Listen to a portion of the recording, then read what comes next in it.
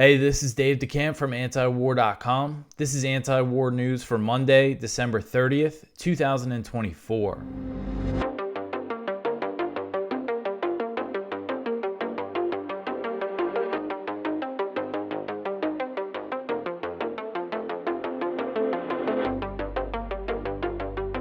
All right, the first story at the top of antiwar.com today. Julani says there will be no elections in Syria for at least 4 years. So Syria's de facto leader, Abu Muhammad al-Julani, also known as Ahmed al-Shara, that is his real name, and that's what he's been going by. I'm still calling him Julani for the most part, just so people don't forget who he is and where he comes from. But you know, we're seeing more and more al-Shara is what he's going by in the media.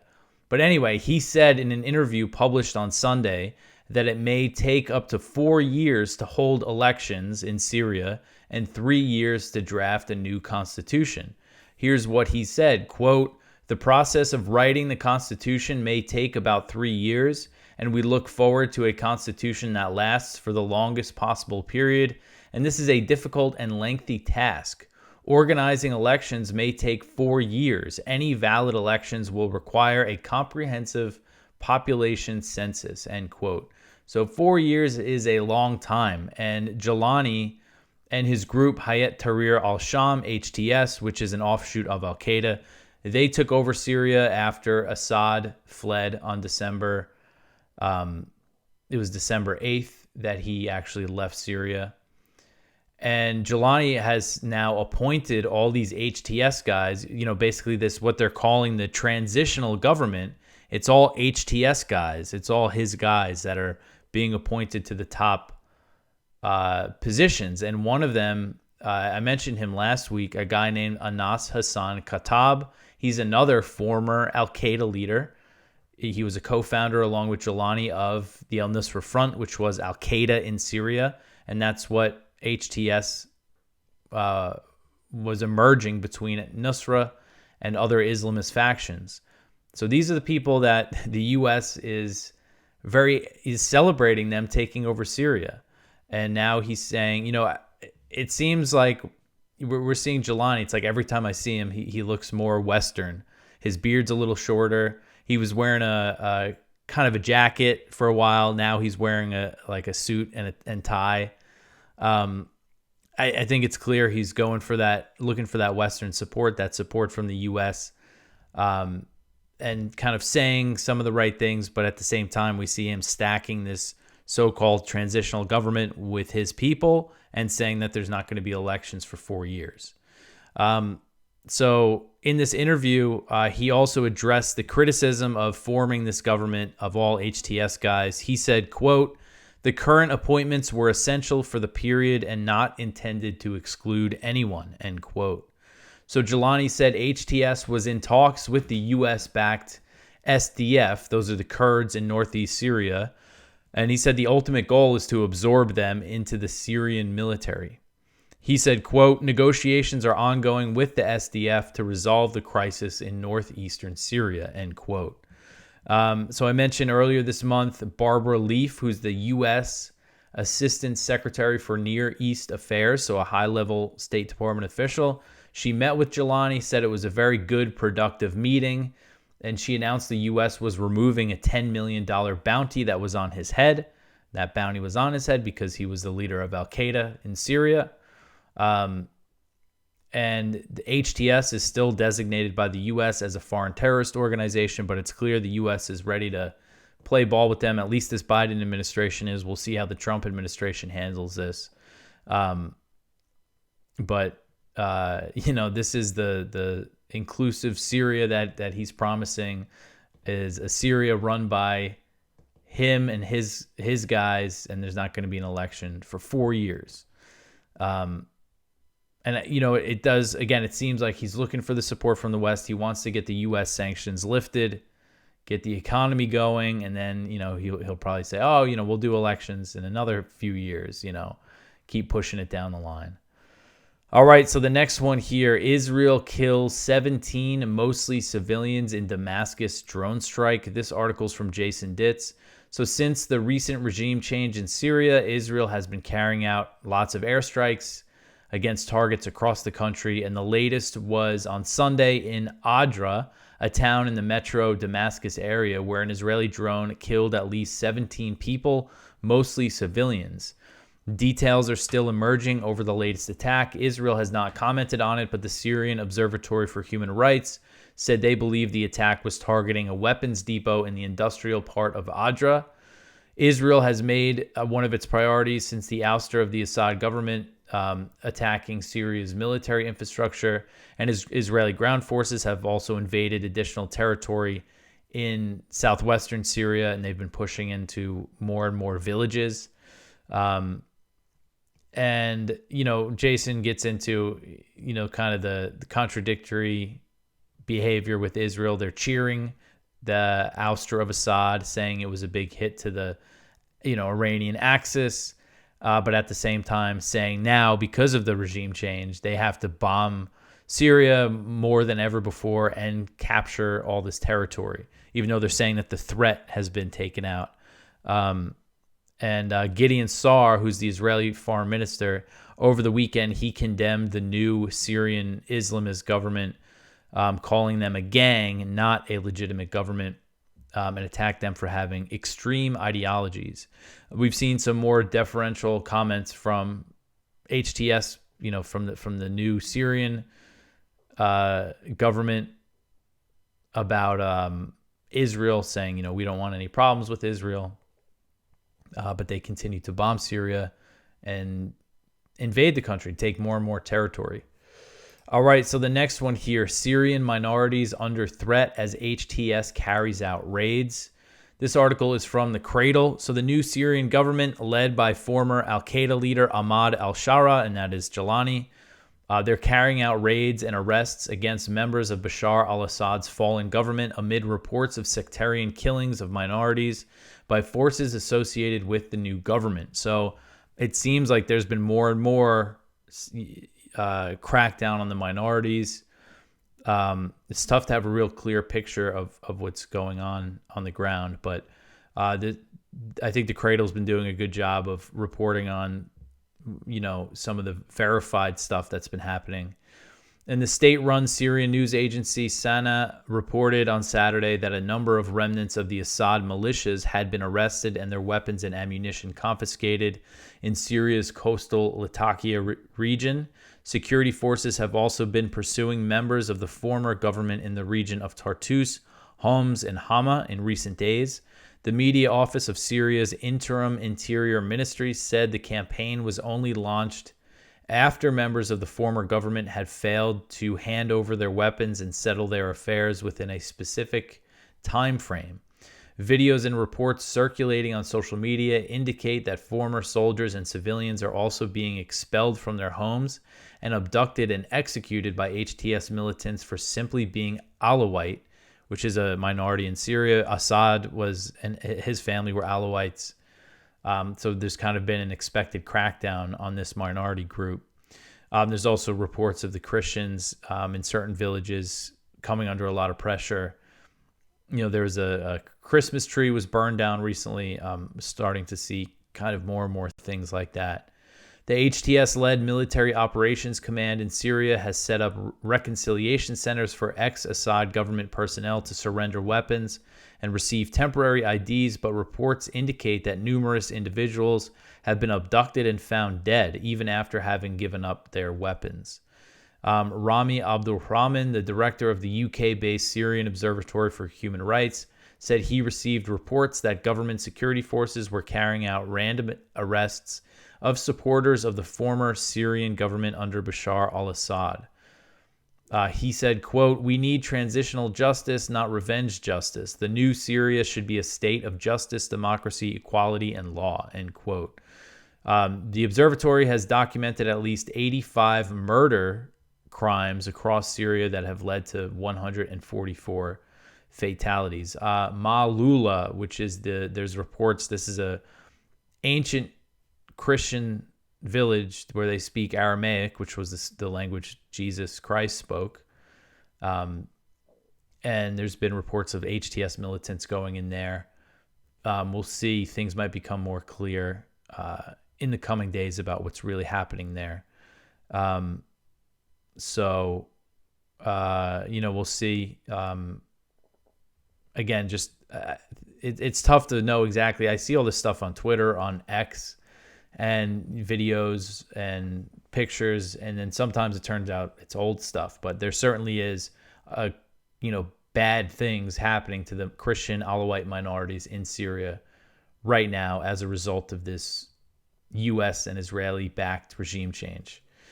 All right, so the next one here, Israeli strikes on Gaza kill 30 Palestinians. So a very horrific weekend in Gaza. I mean, it goes without saying at this point, but Friday there was a big attack again. They cleared out and destroyed the Kamal Adwan hospital, which we'll get into.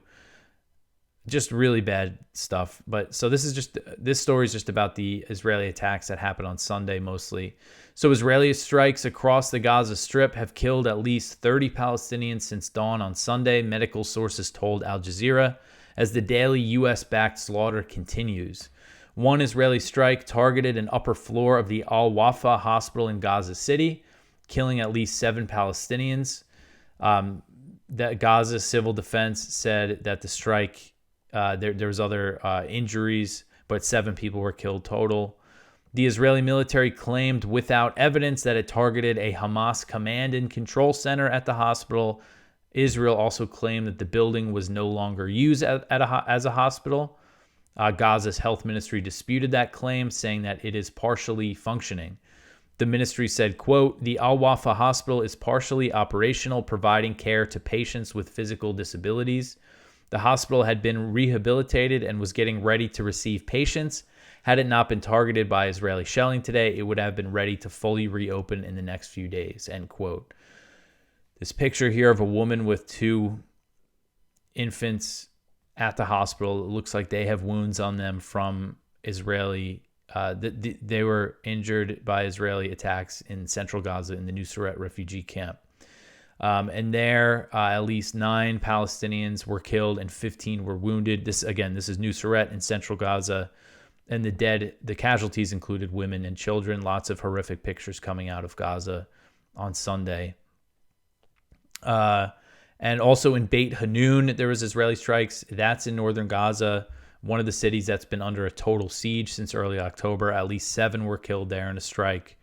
And so I mentioned some of the stuff that happened on Friday. So the Kamal Adwan Hospital in Beit Lahia, we've talked about it quite a bit. The hospital itself has been under siege for months. So on Friday, IDF troops went in there, forced the patients and the medical staff to clear out of the building. They set the building on fire. They completely shut down the hospital, destroyed it. Made everybody strip their clothing. There's videos of them marching people. And people were killed in the process. Not exactly clear how many when they actually went in, but right before there was like 50 or so people killed in the area around the hospital. And they arrested the hospital director, Dr. Hussam Abu Safia, who someone we've been talking about a lot lately. He's been putting out these daily statements for months, 2 months now, pleading for help.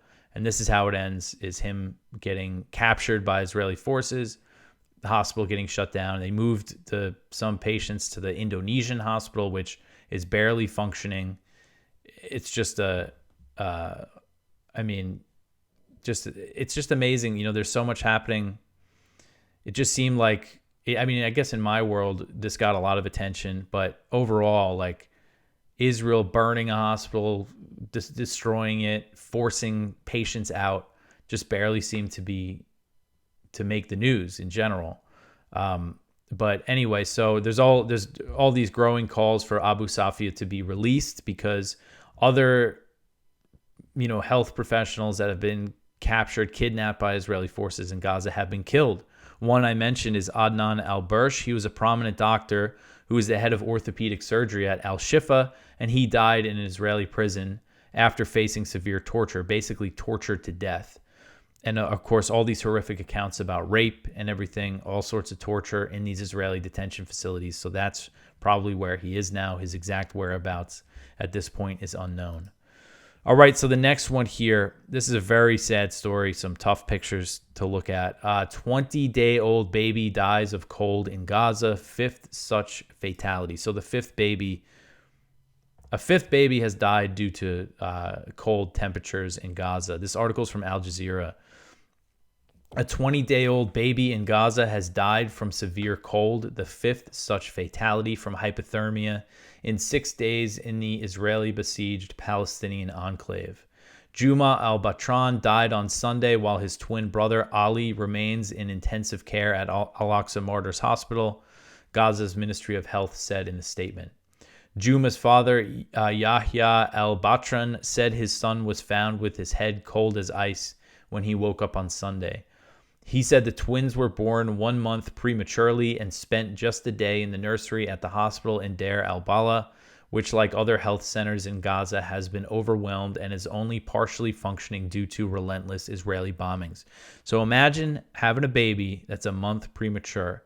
They could only spend 1 day in the nursery at the hospital, no NICU or anything, and then you got to take them into a tent. I mean, man. So he said the doctors told their mother to keep the newborns warm, but it was impossible because they live in a tent and temperatures regularly drop below 10 degrees Celsius or 50 degrees Fahrenheit at night. And again, these are premature babies.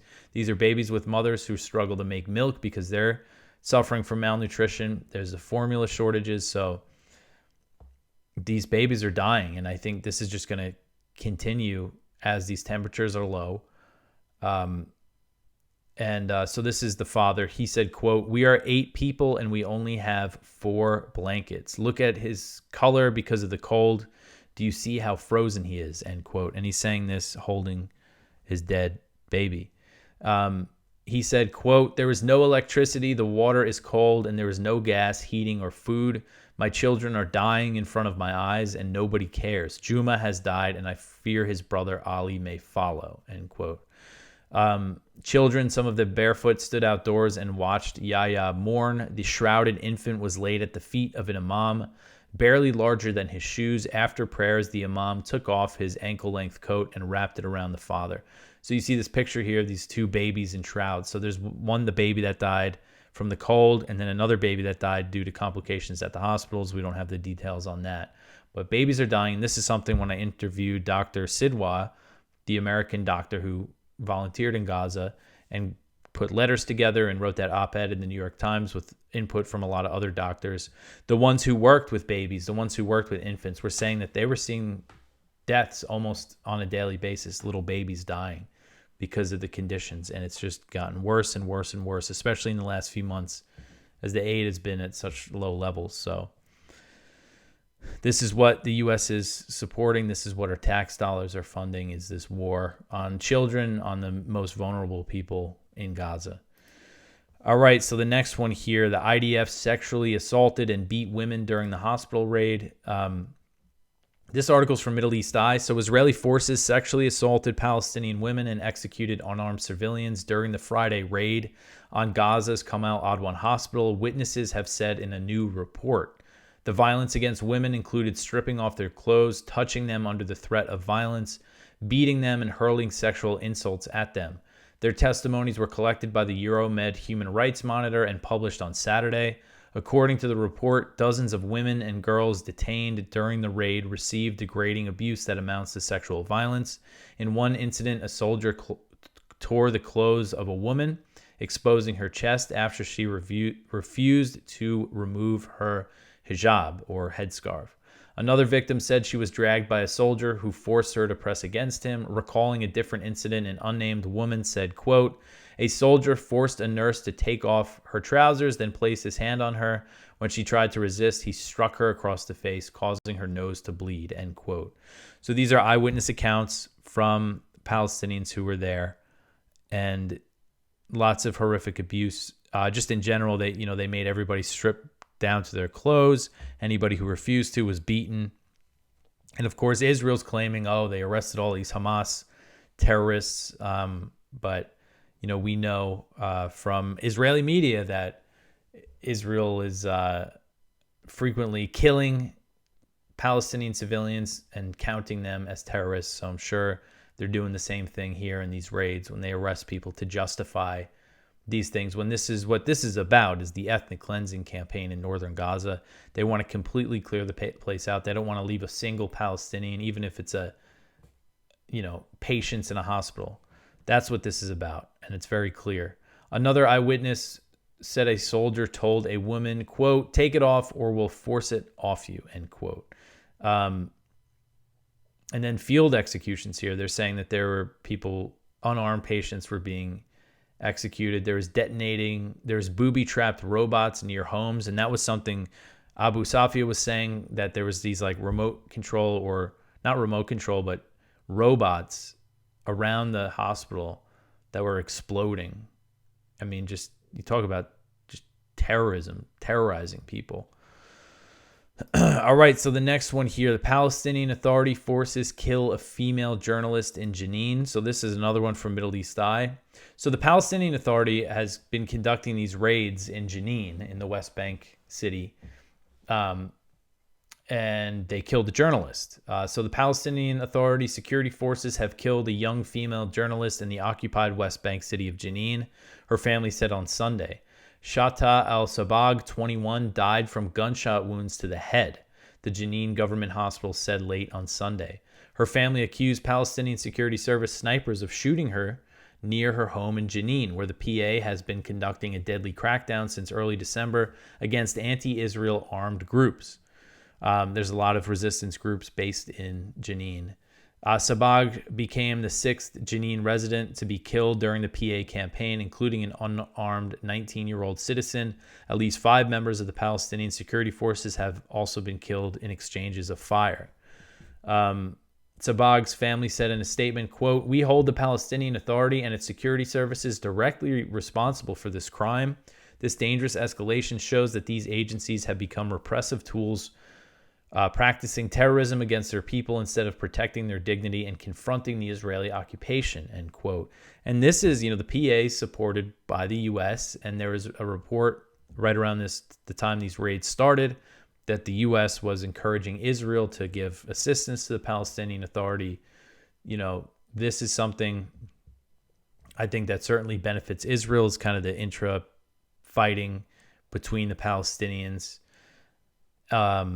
And, you see Palestinians, journalists, so many have been killed by Israel, and now one being killed by their so-called security forces.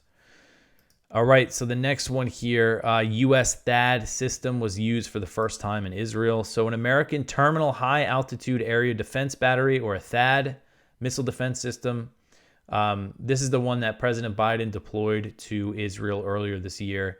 It was used on Friday for the first time to attempt to intercept a missile fired by Yemen's Houthis. The attack came after Israel bombed the Sana'a International Airport in Yemen, almost killing the head of the World Health Organization. He said the other day that he could have been killed. He was so close to the strike.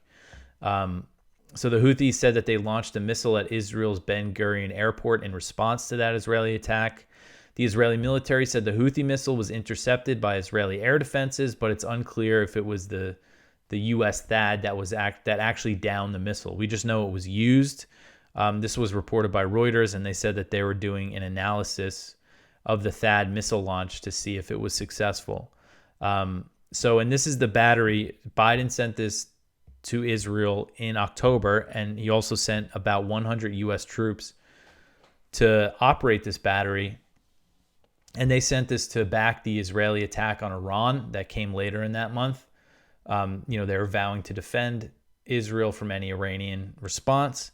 And the system's still there. And so here you have a U.S. missile system, U.S. troops that are operating it, directly getting involved in the fighting, intercepting missiles for Israel. And of course, the U.S. Navy in the Red Sea has been doing a lot of that with the Houthi attacks. And the U.S. also did intervene both times directly when Iran launched missiles at Israel. And there's reports of more U.S. airstrikes on Yemen on Friday night. I didn't see the Yemeni media reported that. I didn't see any kind of confirmation or the U.S. military taking credit for the attacks.